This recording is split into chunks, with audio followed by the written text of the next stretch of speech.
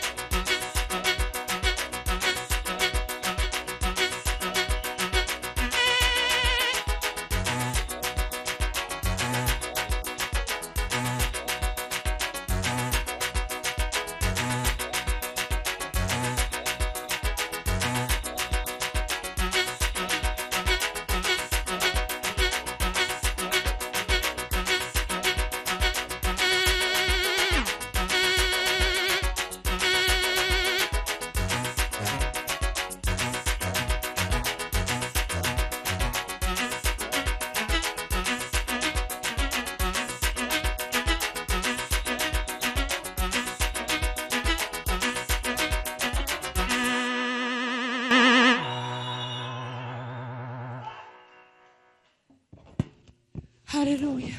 Tuzamure icyubahiro cy'Imana. Haleluya. Haleluya. Dusubire tuzamure kandi turanezerewe cyane. Dusubire tuzamure. Haleluya. Haleluya. Haleluya. Twongere kandi tuzamure kandi icyubahiro ni icy'Imana. Tuzamure nawe ucyongera kure. Haleluya. Haleluya. Haleluya. Haleluya. Subira papa. Wihute cyane.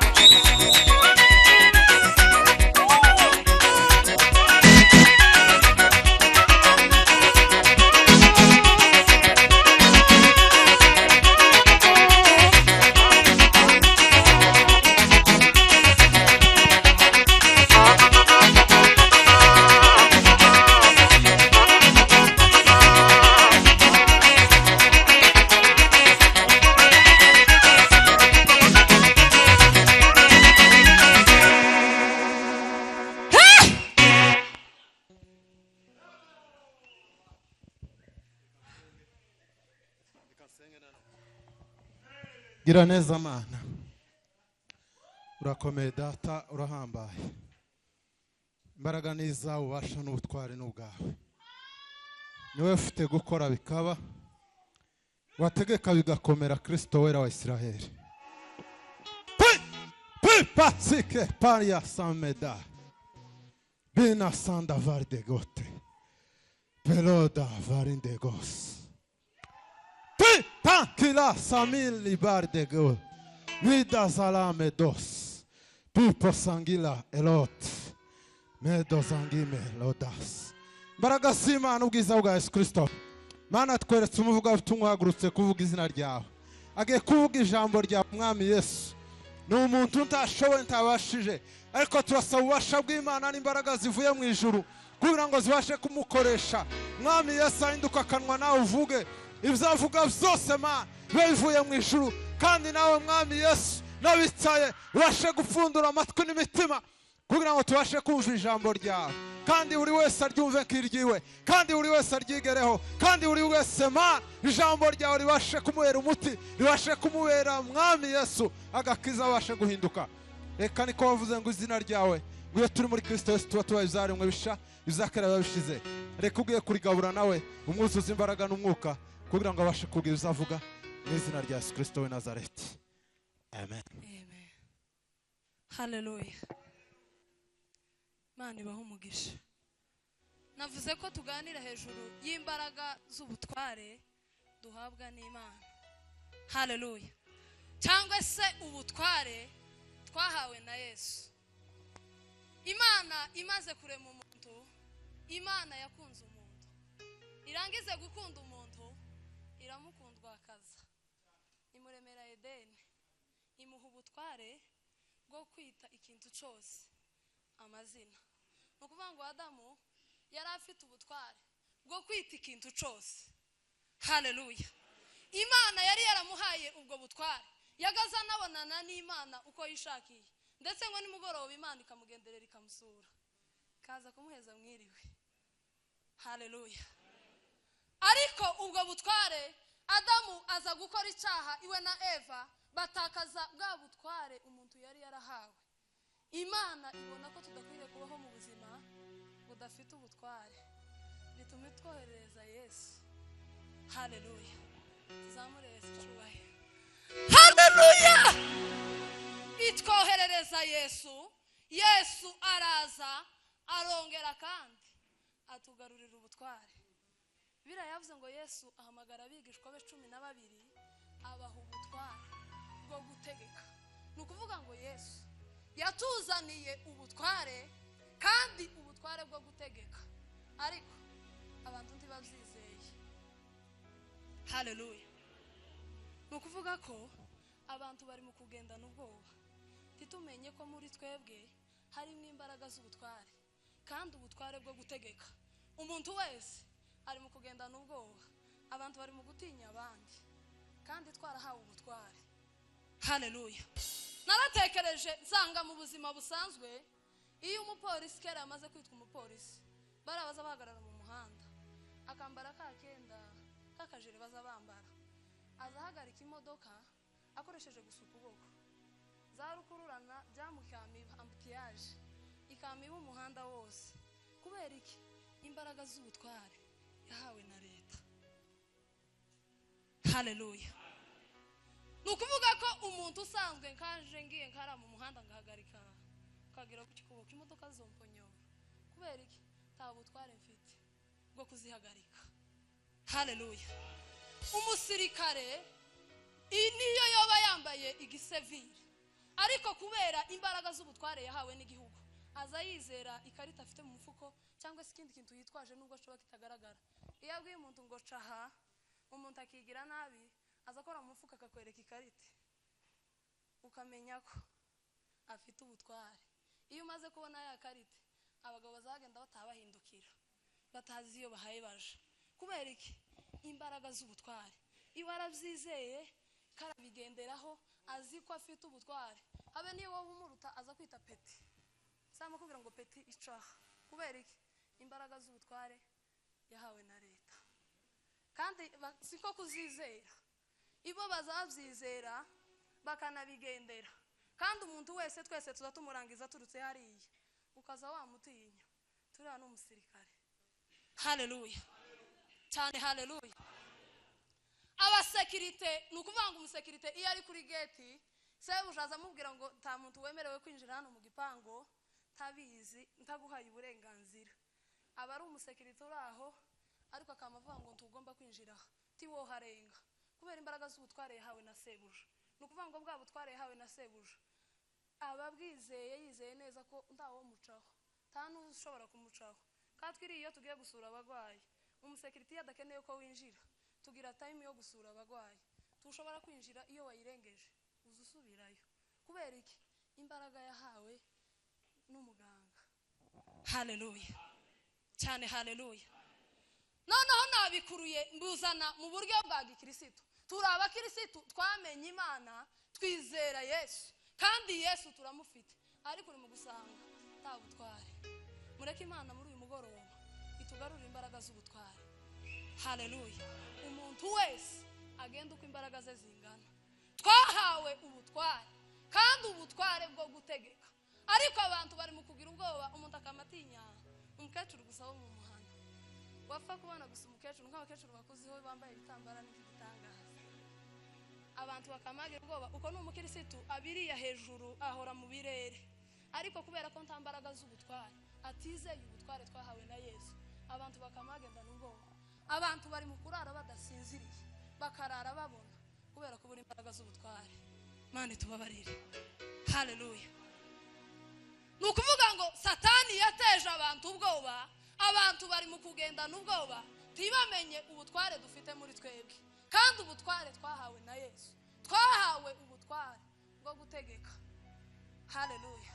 Ariko abantu gusa tukama dutekereza abantu bafashe imbaraga za Satani bamaziremereza cyane ndetse ubikurikiranye mu gusanga bamwe ari zo bizeye kandi batabizi.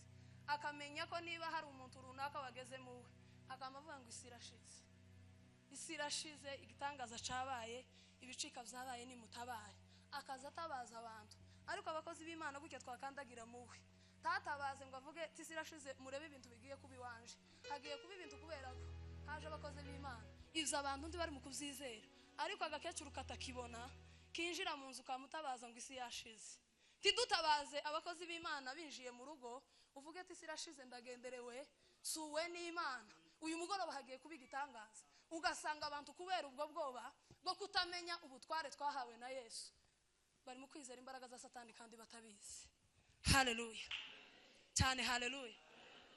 Ariko naje ngo mbabwire twizere imbaraga z'ubutware twahawe na Yesu kandi ubwo butware ni ubutware bwo gutegeka. Natekereje Gideyoni, nsomye Bibiliya, Gideyoni yabayeho ari umunyembaraga ariko atazi imbaraga z'Imana afite. Marayika aramugendera aramubwira ngo Gideyoni we, ngo witinya, genda uko imbaraga zawe zingana, ngo kandi ngugira n'ubutware. Yamavuga ngo se ngo ni umunyembaraga gute? Abamediyani bakaba batubwira gutyo baba batubwira. Haleluya.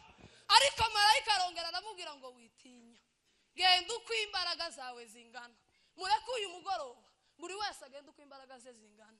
Hari imbaraga y'Imana ikubitsemo, hari imbaraga y'Imana iri muri wewe, kandi iyo mbaraga y'Imana biragusaba kuyishurirwa kugira ngo ubashe kugenda uko imbaraga zawe zingana. Haleluya cyane, haleluya. Gideyoni amaze kumenya imbaraga z'Imana ziri muri we, amaze gutahura imbaraga afite, yamahera ngo gusenya ku bigirwamana byase. Yaje kuja kurimbura abamediyani ariko yahereye iwabo. Iyo wamenye imbaraga z'Imana ufite, iyo wamenye imbaraga z'ubutware ufite muri wewe, haleluya, tuzamure Yesu icubahiro. Haleluya, haleluya. Iyo twamaze kumenya imbaraga z'Imana cyangwa se imbaraga z'ubutware dufite, twahawe na Yesu, tubaho mu buzima budatinya. Pamva abantu bari mu kugenda n'ubwoba, pamva abantu bariho mu buzima bwo gutinya, pamva abantu batakicigirira icizere, ni ukutamenya imbaraga z'Imana ziri muri wewe. Ariko iyo uzi imbaraga z'Imana ziri muri wewe, uzugenda uko imbaraga zawe zingana. Witinya, genda uko imbaraga zawe zingana, ngo kandi ugira n'ubutware. Haleluya. Nasomye Bibiliya irambwira ngo nuko ibasha gukora ngo ibiruta cyane, ngo izo dutekereza, ngo ndetse n'izo twibwira byose, ngo kuko imbaraga zayo ziri ngo zidukoreramo. Si imbaraga zikorera hanze, ni imbaraga zikorera muri twe, ni imbaraga twahawe na Yesu. Nukuvuga ngo Yesu yatuzaniye ubutware. Izo mbaraga rero tugomba kuzitahura tukazikoreramo, tukava mu bintu by'ubwoba. Haleluya cyane, haleluya. Natekereje abagaragu b'Imana batahuye imbaraga z'Imana ziri muri bo kandi barazikoresha. Haleluya. Umunsi umwe ngo Petero yageze kwa Ayineya. Bagere kwa Ayineya, Ayineya yari amaze imyaka 8 ari ku gisasiro, kandi umuntu umaze imyaka 8 agwaye ari ku gisasiro nta mbaraga z'umubiri aba afite, abari umugwayi bene wa wundi utabasha kwibyutsa, utabasha kwikorera buri kimwe cyose. Ariko Petero yamamubwira ngo Ayineya we, byuka wisasire, kandi gusasa biragoye. Ariko kubera imbaraga z'ubutware Petero yari afite, yamamubwira ngo byuka wisasire, Ayineya ngo yamavyuka arisasira. Haleluya. Nukuvuga ngo nta kindi cyabiteye, ni imbaraga z'ubutware. Iyo uzi ko ufite imbaraga z'ubutware, uzukorera Imana kandi ukayikorera udatinya, ubundi imirimo n'ibitangaza biza bigenda bikurikirana n'abizera. Abantu bari mu kwibaza bakibaza ngo ese ngo ko bitangaza bitagikoreka. Haleluya. Bakamavuga ngo ese Imana dukorera niyo n'abakera bagaza bakorera, niyo ba Petero bagaza bakorera. Haleluya cyane, haleluya cyane, haleluya. Nukuvuga ngo Imana dukorera ta gacuka guhinduka. Bira yarambwiye ngo Yesu Kristo uko yararejo ngo n'uyu munsi ni pari kandi niko azahura iteka ryose. Imana Petero yakoresheje abwira Ayineya ngo byuka wisasire. Nukuvuga ngo ya Mana niyo Mana natwe dukorera. Iyo uzi imbaraga z'Imana ziri muri wewe, iyo wamaze kumenya ko ufite imbaraga z'ubutware, nukuvuga ngo twahawe ubutware bwo gutegeka. Ntabwo ari ubutware bwo kudutera ubwoba, bwo kudusubiza mu bwoba, ahubwo ni ubutware bwo gutegeka. Haleluya cyane, haleluya. Yesu baramubwiye ngo Lazaro yapfuye, bamara kumubwira ngo Lazaro yapfuye kandi Lazaro yari inshuti yiwe. Ariko Yesu yama abihorera, asa n'utari kubumva kandi ahabumva, asa n'utabitayeho, kubera ko yari azi imbaraga z'ubutware ziri muri we. Yari azi ko afite imbaraga zo kura n'abantu mu butaka. Haleluya. Arabihorera umunsi wa mbere, umunsi wa kabiri, umunsi wa gatatu, ngo hagere ku munsi wa 4 yamabwira abigishwa ngo nimuze tuje gukangura Lazaro. Abigishwa tese umuntu umaze iminsi 4 uko none ntiyanaboze, turaje kumukangura kandi yaraboze. Ariko Yesu kubera ko yari yizeye imbaraga z'ubutware yari afite muri we, yageze ngo kwa Lazaro yama avuga gusa ngo Lazaro we sohoka. Igitare ngo cama kibiranduka, Lazaro asohoka ari muzima. Imbaraga z'ubutware twahawe na Yesu ni imbaraga zo gutegeka, kubera ko Yesu yadusigiye ububasha. Aravuga ngo muzokora, ngo muruhe mukore n'ibyo ngo ntakoze. Iyo wizeye izo mbaraga, nizo mbaraga zazikora imirimo n'ibitangaza, nizo mbaraga zazikuraho ibibazo. Izi mbaraga nizo mbaraga zazikiza ubugwayi, izi mbaraga nizo mbaraga zazicamo inyanja, izi mbaraga z'ubutware nizo mbaraga zaziridura za Yeriko kandi abantu batavuze. Tuzamure Yesu icubahiro. Haleluya, haleluya. Soza umunsi umwe ngo abana b'abahanuzi ngo barebye ahantu bari ngo babona hababanye hatoya, baravuga ngo bareke tuje guca ibiti, ariko ngo bakaba bari kumwe n'umugaragu w'Imana Elisa. Amava ngo tako twogenda tutajanye Elisa. Ubundi iyo ufite imbaraga z'ubutware abantu baza bakitwaza. Haleluya.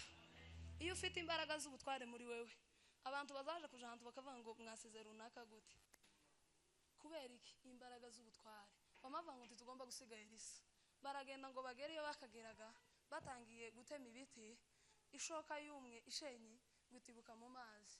Aravuga ngo ishenyi yanje kwiguye mu mazi kandi ngo yari intirano. Ngo baragenda babibwira umukozi w'Imana Elisa. Ngo bamaze kubibwira Elisa, tuzamure Yesu icubahiro. Haleluya. Kubera ko yari afite imbaraga z'ubutware, yari yizeye imbaraga z'ubutware yari afite muri we. Bamaze ngo kubimubwira, ubundi ishenyi cyangwa se ikintu cyose cy'icuma iyo gitibutse mu mazi kizacyama kija ku musenyi tigishobora kureremba. Yamafata agati kandi agati sisumako, agati ngo agaterera mu mazi kakurura yashenyi irareremba. Kubera iki? Imbaraga z'ubutware. Nukuvuga ngo iyo dufite imbaraga z'ubutware turadutegeka ibyo abantu babona bidashoboka tukabitegeka bikabaho. Haleluya. Tuzamure Yesu icubahiro. Haleluya. Nukuvuga ngo Elisa yari yizeye imbaraga z'Imana, yari yizeye Imana, yari afite imbaraga z'ubutware. Iyo dufite imbaraga z'ubutware tubaho mu buzima budatinya. Haleluya. Muragira ngo Eliya niki cyatumye ahagarika imvura? Ngo yamahagarika imvura yamavuga ngo izomara imyaka 3 n'amezi 6 itagwa mu gihugu, ngo kugeza igihe nzobitegekera k'umugaragu w'Imana, kubera ko yarazi ko twahawe imbaraga z'ubutware kandi ubutware bwo gutegeka. Haleluya. Kandi nasomye igitabo cya Yakobo, Bibiliya irambwira ngo Eliya nawe ngo yari umuntu umeze nkatwe, ngo ariko asaba cyane ko imvura itagwa. Imvura ntiyagwa kugeza igihe yongeye arabitegekera.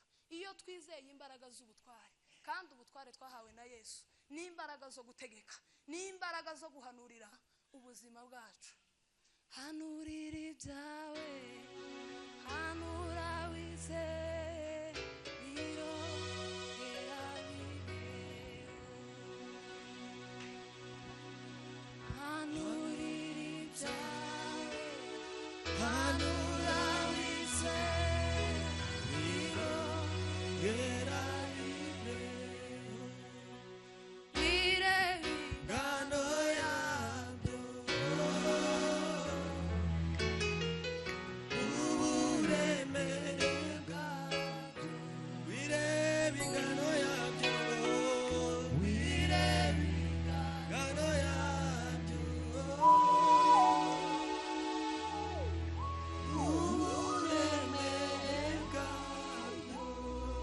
Haleluya. Haleluya. Nukuvuga ngo twahawe imbaraga zo guhanurira ubuzima bwacu, cyangwa se guhanura ibyo dukeneye ko biba bikaba. Izo mbaraga ni ubutware twahawe na Yesu. Impamvu uri mu kubona za bindi bitagenda nuko utaramenya ko ufite imbaraga muri wewe zo kubihanurira.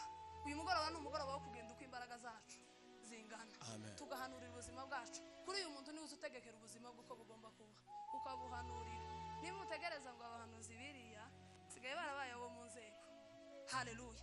Ariko iyo wamenye ko muri wewe ufite imbaraga z'ubutware kandi ubutware bwo gutegeka, hari ibyo sa dutegeka tudakeneye ko bitubaho kandi ntibibi.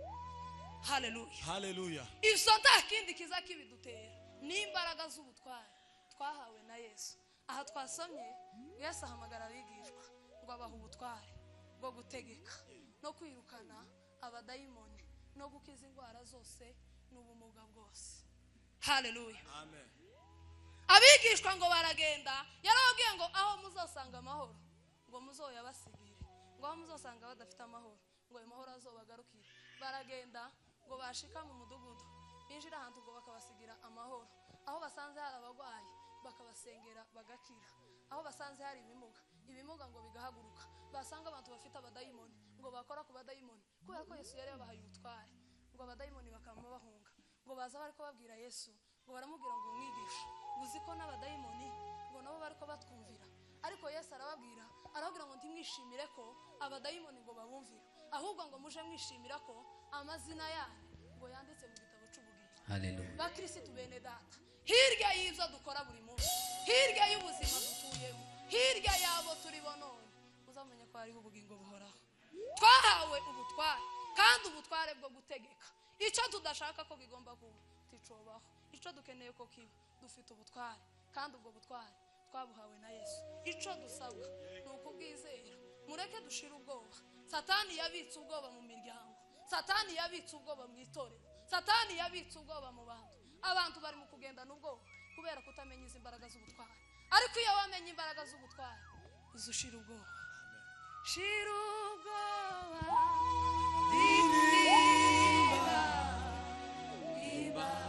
ibabazize. Shira ubwoba we, shira ubwoba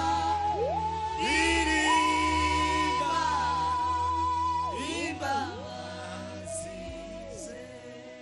Shira ubwoba, shira ubwoba